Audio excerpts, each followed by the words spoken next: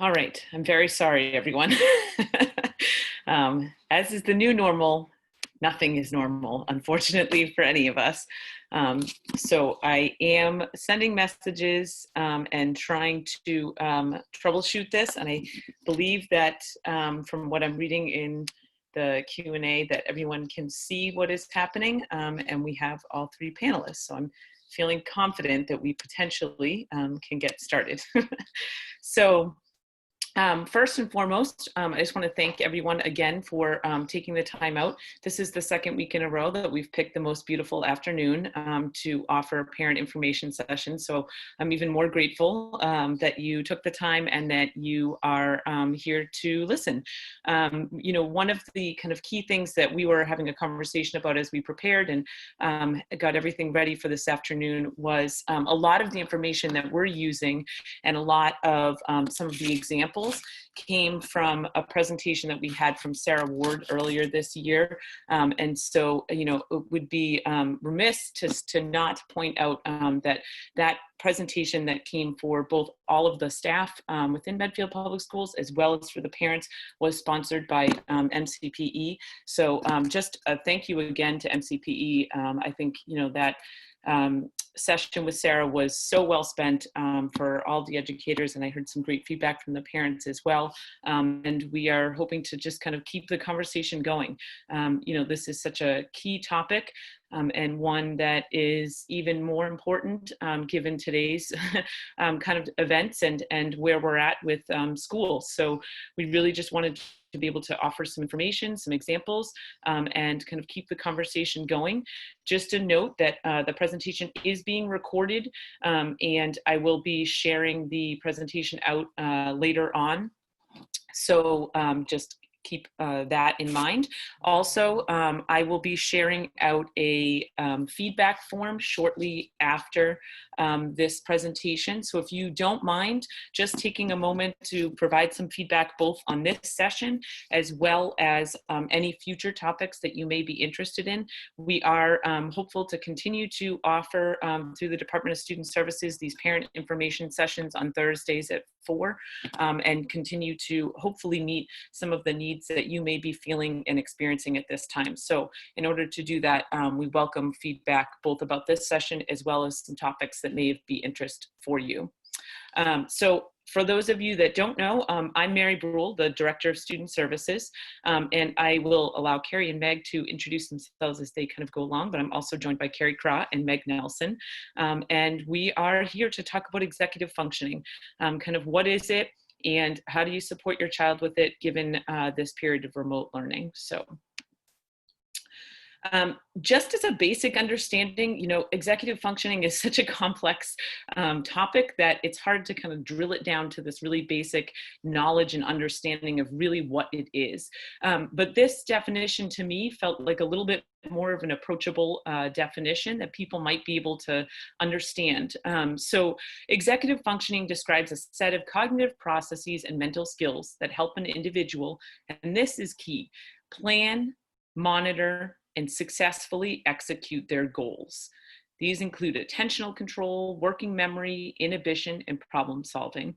And then it kind of describes where it comes from within the brain. So most of these originate within the brain's prefrontal cortex. So again, it's really trying to think about helping children to set a goal and to be able to move forward to achieve that goal. And how do we do that? And there's so many, for those of us that, kind of naturally build in goal setting and are able to move through it, you don't stop and think how many steps are truly involved in just the goal of, I'm going to get up and try to, work out before I go to work tomorrow morning. Just that goal has so many different steps and ways to plan and monitor and successfully execute. So that's kind of the basics of what executive functioning is. And we wanted to, as I said, Sarah Ward is kind of a wealth of information, but she provides a executive functioning developmental checklist that she goes through. I'm not going to go through every single component of the checklist just because it's lengthy, but we thought it might be interesting to, instead of equating it to ages, to try to change it to the schools so that you were a little bit more understanding of where the child might be in the school system that's experiencing and learning some of these developmental checklist skills. So as you move through, you'll see this has memorial, and then a memorial in Wheelock. I also want to note, I'm just thinking as I'm moving through and saying that I'm not going to touch on every word on these slides. I will be sharing out the slides afterwards with you. They have some live links and things like that, so I'll be sure to share live slides that you're able to click for links as well. So these are some things that students at the memorial should be able to do, completing simple errands, cleaning and putting up way items, while at the kind of end of memorial, beginning of Wheelock, they start to complete 2 to 3 step errands, tidying their own bedroom or playroom independently, bringing papers to and from school. As they move from Wheelock to Dale Street, running errands, even those that include a time delay, and that's kind of a key thing. So that means that, tomorrow morning you need to remember that you need to bring this to the office, and you might be able to tell them, the night before or a couple hours before. So even that time delay is a key thing. Performing chores. As we move into the Blake School, we would be thinking more about helping out with chores around the room, and taking on daily responsibilities that may take up to 60 to 90 minutes. So it's kind of a more expansive level of what we would expect for students to do. Able to safely start to babysit younger siblings. And then at the high school level, you can kind of think about managing school work effectively on a day-to-day basis, establishing and refining long-term goals, more complex things that will require less supervision as we move along. So again, this is just a checklist. This isn't to say, oh my goodness, my child doesn't do every single one of those things and they're at the memorial school. What am I going to do? This is just something to be aware of. What we're going to do as we kind of move on is really help you to think about ways to help support that. So if you notice your child isn't necessarily independently doing some of those things, well, let's think about ways that we can help that child to move forward, so that they can. This is, and again, this is now my second presentation through a webinar. So I would say I'm not a professional webinar Zoom user, but I'm hopeful that you will be able to see this kind of brief video that just describes a little bit more in depth about executive functioning. But if not, again, I'll make sure that you have the link when I send those slides. Yeah, there we go.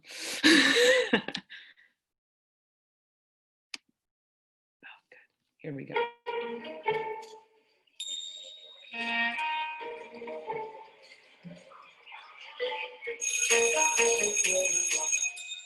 We're not born with the skills we need to get things done successfully, especially in this fast and complicated world.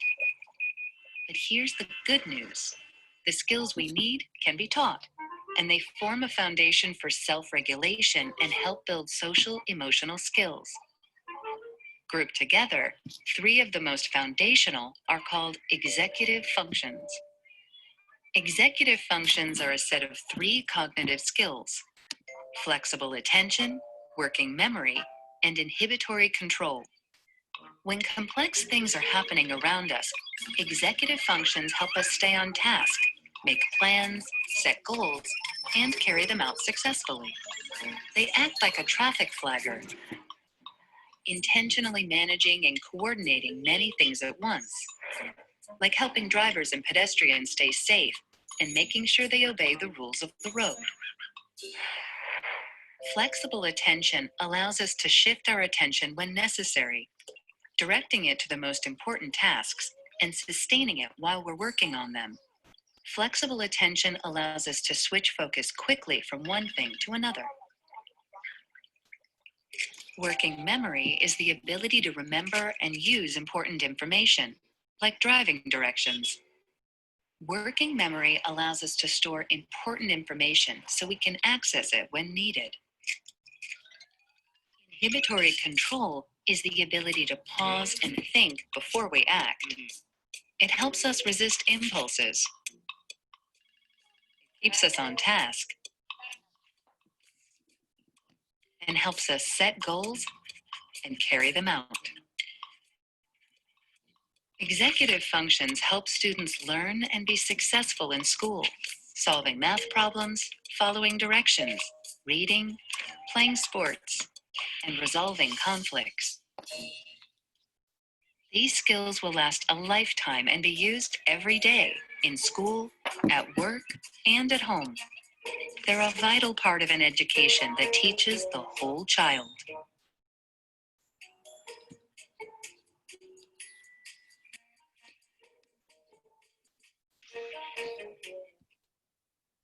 All right, and I heard that you actually couldn't see any of that, so I hope you had a lovely visual of the explanation, and as I said, I will be sure that the video is shared with everyone afterwards, and I'm sorry for that. It is a good note for us for any future presentations, but the concepts are still key, so thank you for those that shared that it was not able to be seen, and I am sorry about that. Thank you, Mary. This is Carrie Cross, speech language pathologist over at Medfield High School. As you've just heard, the amount of brain development happening is tremendous. Some of our students are challenged with the cognitive processes and mental skills that help them plan, monitor, and successfully execute their goals. So let's talk about some of the challenges that you may encounter with executive function challenges. Managing time, starting and/or completing tasks, organizing, planning, and prioritizing tasks, remembering what one heard or one read, following directions and/or sequencing steps, regulating emotions, organizing thoughts, keeping track of belongings, paying attention, staying focused, understanding different points of view, self-monitoring, self-regulation when rules or routines change, and how they have, switching focus from one task to another. So we ask, why is it different now? With this sudden shift away from the traditional classroom in Medfield, we're all experiencing this strange new world as students, as parents, and as educators. As parents, you're trying to deal with your individual lives, your family lives, your work lives. The list goes on. New slide. The list goes on, and you're also trying to take care of your kids and the new ways to make sure that their learning continues. So on behalf of all of the staff, we extend an enormous, heartfelt thank you to all of you for all that you're doing at home. Be kind and patient with yourself because you are wearing so many hats. So let's take a look at some of the differences and see if I can offer a few small suggestions. The first difference is anything new requires extra time. So one suggestion might be to plan a setup period to minimize the stress about completing the assignment. For example, if a live presentation such as Zoom starts at 10 a.m., students may log in 10 minutes early to make sure it works and troubleshoot any problems. Even though they know how to do all this, and we are several weeks into Zooming, it also makes great sense now to continue with that and sit for a few minutes before class just to get ready for learning. Another challenge that students have shared with all of us is that the assignments posted online that are replacing some of the in-class lessons are challenging. So to some students, they've reported that it feels like every teacher is doing something a little different. In the classroom, whether you're teaching science, math, history, or ELA, classes do require slight variation in style as well as in assignments. But distance learning highlights these differences even more dramatically. So this becomes even more challenging for students.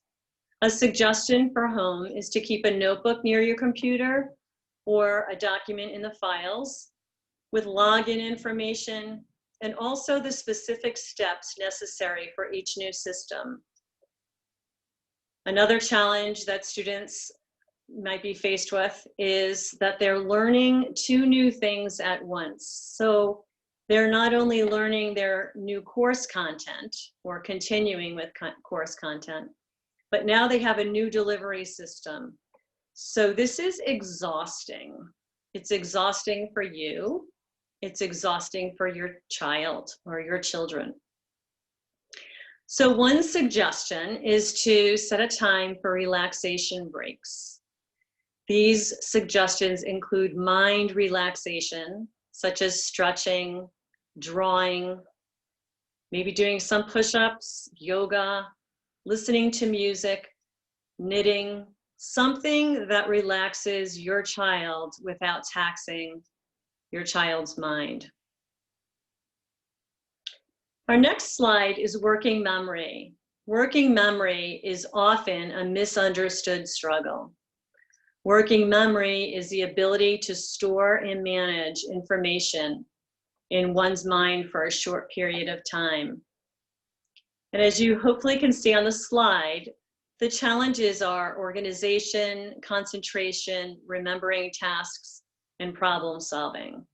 So at home, it might sound like one of your children might say something like, I heard what you said, and I saw what you said, but I have no idea what I'm supposed to do.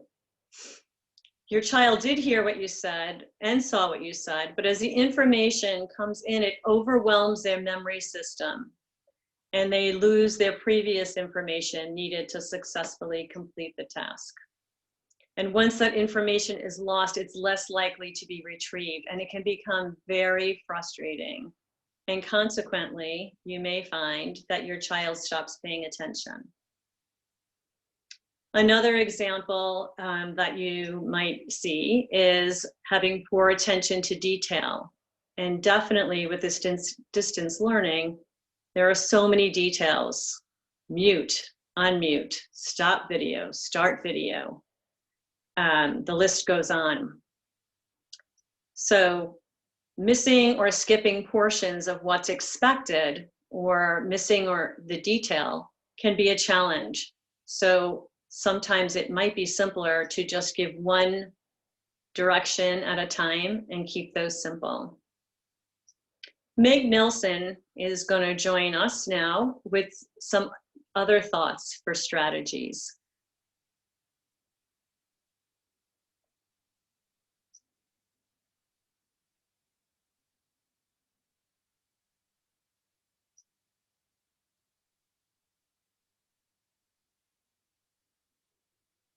Okay, can you hear me?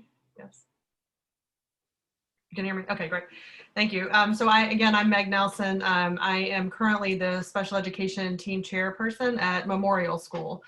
And I'm just going to talk with you, like Carrie said, about some more strategies, but also wanted to go over kind of one of the foundational pieces of executive function. And this really touches on that inhibitory control that was in the video we saw a few slides ago, or heard a few slides ago.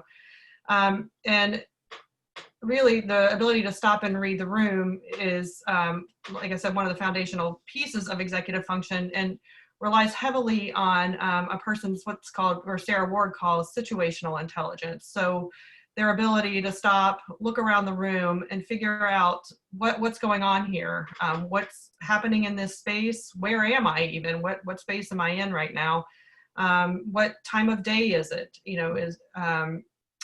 what materials do I need, or what are the objects that I see in the space, what kind of clues are they giving me about what's happening. So if a student was to walk into their classroom and see, crayons and paper and scissors, maybe they're doing an art project, or they're doing a picture about a read aloud. At home, this situational piece is really heavily guided now by us as parents. So I think students are, less reliant on their ability to stop and read their workspace, because parents are often, at least I know for myself, I'm setting it up for my children. I, though, am having to go, when I leave my work, go down and read the room of what's happening with my children. What are they doing?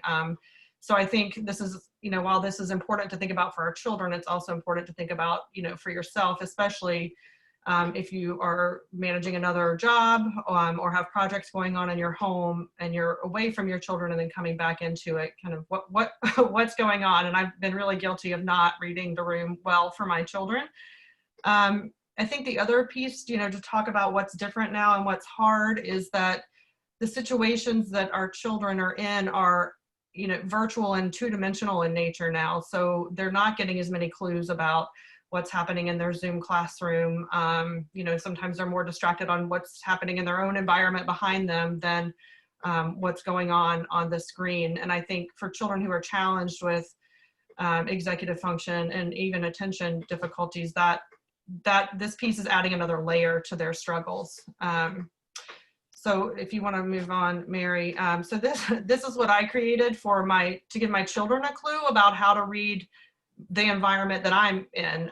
So again, I'm in special education. So IEP is something I say all the time. My children don't really know what that means. So I made up that it's extremely private, and that's a clue to them to stop and not interrupt what I'm doing. And then I gave them some options of things that they could do. So that's just a strategy that I adopted, and it's on my door now. So we'll see if it actually works, and if I've actually taught them how to read that clue and use that clue. Another piece of executive functioning is really that future thinking, or what Sarah Ward had referred to as the miming it. So being able to think about, what does your end product look like? What do you yourself look like when you're both doing that project or that activity? And then what do you look like when everything is finished? So it's also about being able to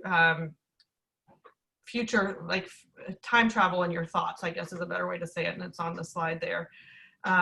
So, sometimes taking a picture of what done looks like, which is, again, I think what I'm really challenged with now personally for my children is thinking about, well, done doesn't look like a nice, neat worksheet anymore. Sometimes done looks like a document on a Chromebook. And so how do I help my children figure out what done is going to look like for that particular activity? I think, with my kindergartner, it's a little easier in the sense that I can maybe get the worksheet and do it myself, so I can give her an example of what her finished product needs to look like.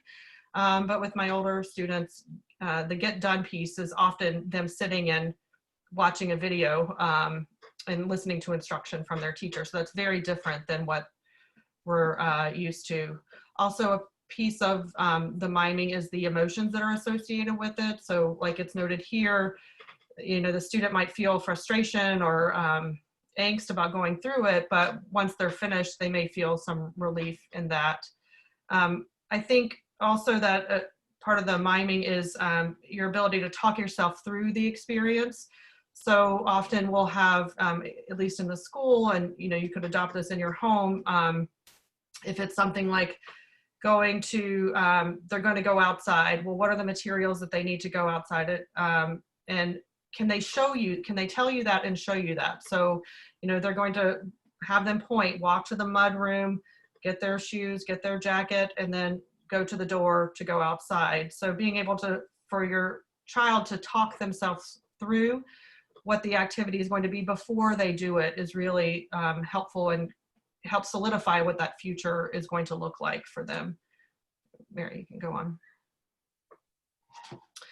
So this is just kind of the concept of one of the things that Sarah Ward has is the get ready, do done model. And she's added get done to the end of it. But really that starts with, as you can see on the right-hand side, starting with what does done look like? Then moving the opposite direction of then backtracking from there. So what steps do you need to take? Then what materials will you need? And then using those materials to do the activity to get to the finished product. I think the next slide illustrates it. I like this one a little bit better. So, again, visualizing the future.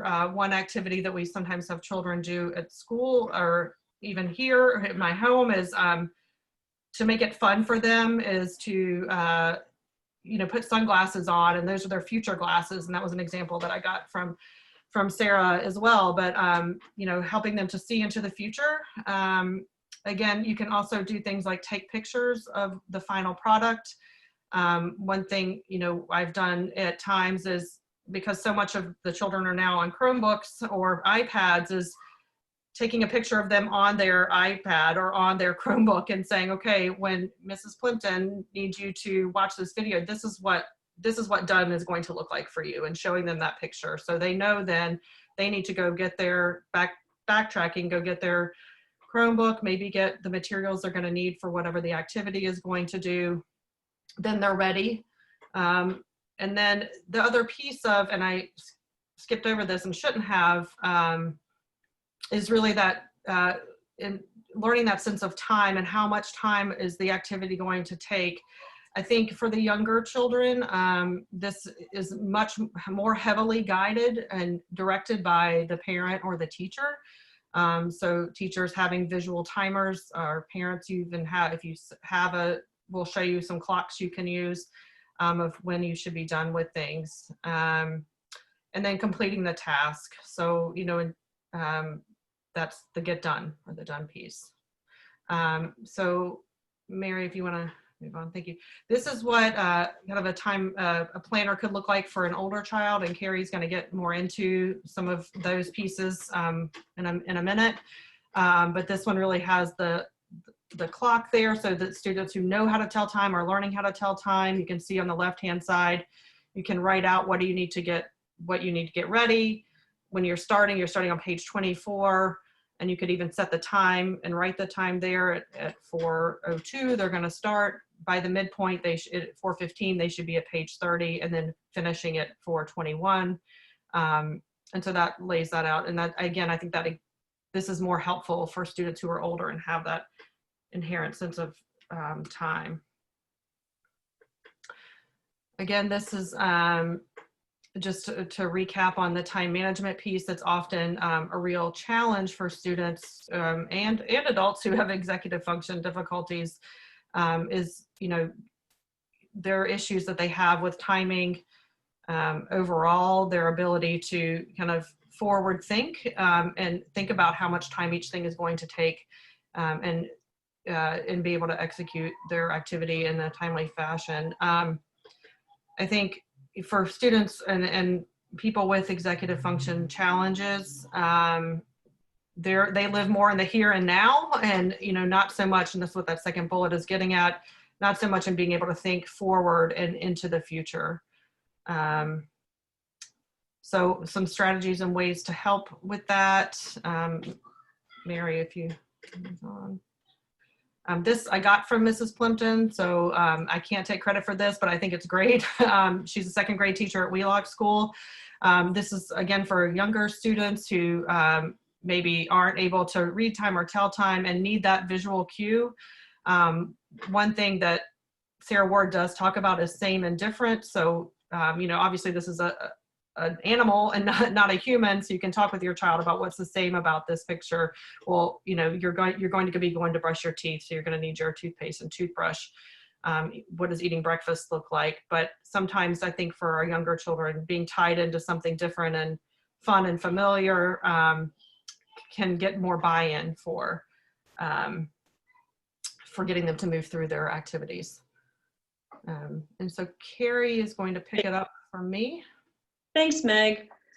So Meg's talked a lot about prioritizing time and not being a challenge. So as you can see, this is another example of a clock. The clock being the visual support with the color-coded segments to help to tell how much time in each task. So in this example, the student looks at the visual strategy and can move from math to writing to science.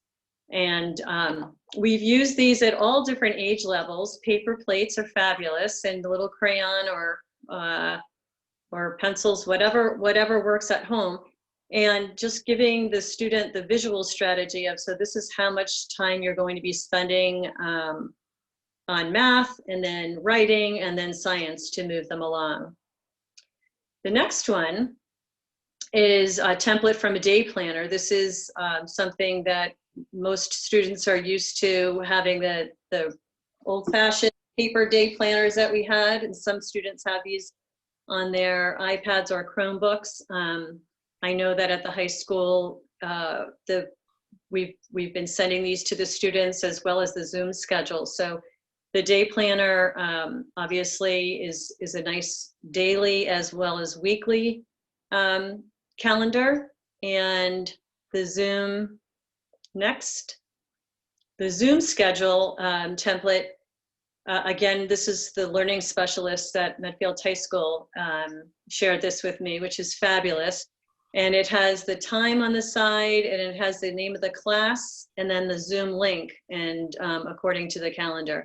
This has been an extremely, extremely helpful tool for the students as they are working through the day and the week. I was with a student today, and we added because attending Zooms can be a little challenging. So we added the phone, using the calendar on the phone with setting alarms. So whatever works best for you and your family. I'm imagining many of you are having alarms going off often during the day, as the rest of us are too, and using those phone reminders. That might be something that's super helpful.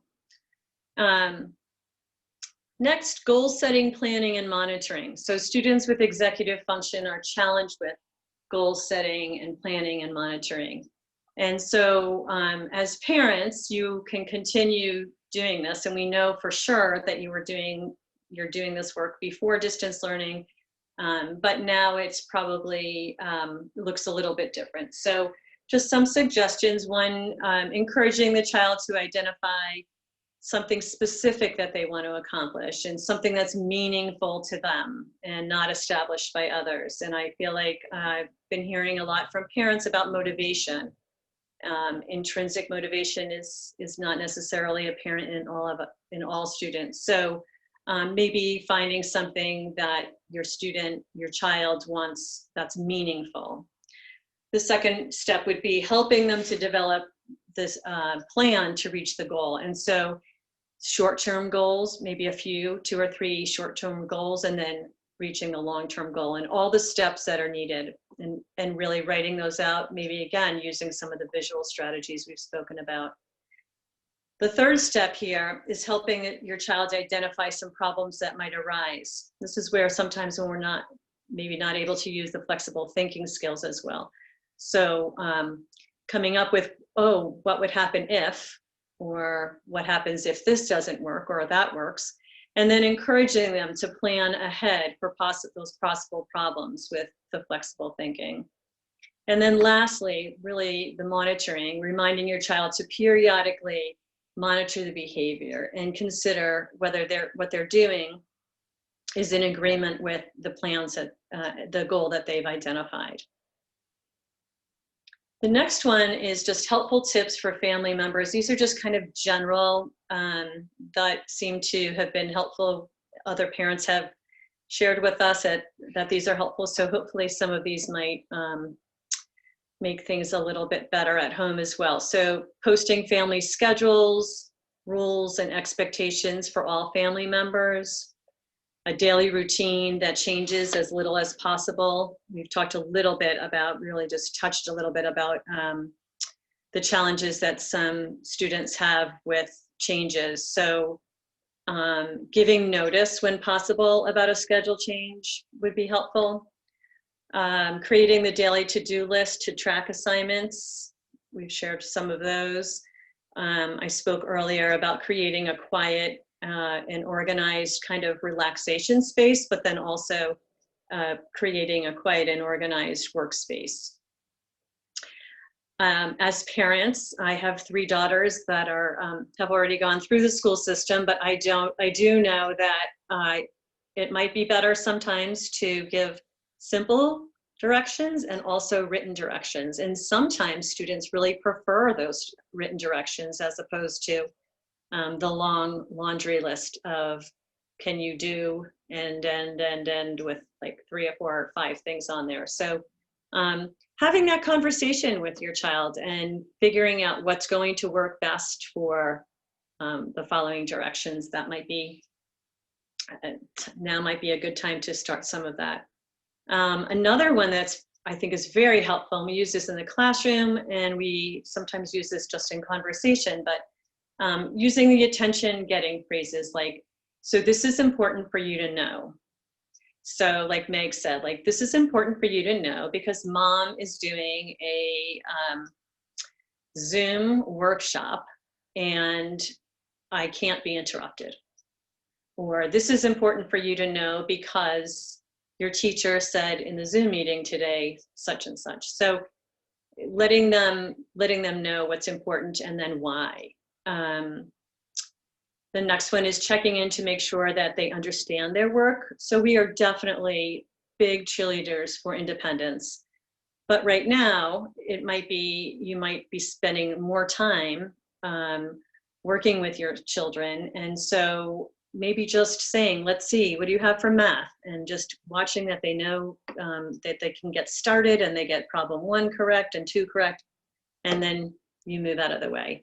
And again, this totally depends on age, level of independence, and many other factors. And the last one, just creating that calm space, with possibly some relaxing music, some coloring, of course, reading. So we know that we've presented a whole bunch of different ideas. We know that not all of these are going to work for everybody. I always, when I meet with parents, I always say it's like going to a fabulous restaurant and being able to try a whole bunch of different plates. So hopefully some of these strategies will help support your children, and of course that means that creates a calmer learning environment for all of you. Thanks, Carrie. And then, you know, the other thing that we kind of talked a lot about last week, and maybe not everyone was there, so I just want to give you a reminder, no one's done this before. None of us know what we're doing, so give yourself a break as well. If you're feeling frustrated, please know that, you know, everyone's feeling frustrations, and everyone is, you know, working for, you know, the best interest of every child in the Medfield Public Schools. And so communicate. Let us know if things are not working. Let us know if things are working. We want to partner and make sure that we can work together so that all students can be successful. That's why we're kind of continuing these parent information sessions as well. The more information that we can share and that we can kind of, you know, partner with, I think the more successful students will be. In that light, we also put a variety of different resources on this last slide, just things that you can kind of look at, including some things that link you right to Sarah Ward and her page, as well as some online learning strategies. You know, within Sarah Ward's page as well, she has kind of a whole list, which I think is great, about ways to have fun with developing executive functioning, especially at this time. You know, everything feels a little bit confusing and scary. And so what can we do to make it fun while they're still practicing these skills? So I think, you know, that list, as well as on the right, we have kind of a different list of games and things. That list has games and art projects and cooking things. It has a variety of different things that really could be a little bit more fun, and maybe students don't even know that they're necessarily working on these skills, but will, you know, hopefully kind of further develop it while coming together as a family, and, you know, continuing to support each other through this time. So feel free, as I said, I will share this. You know, last time I think as I shared a page of resources, I realized that I was sharing a page of resources that nobody could click on, and probably does not feel as supportive, but I will share these slides afterwards with you, so that you can make sure to have the links to everything as well.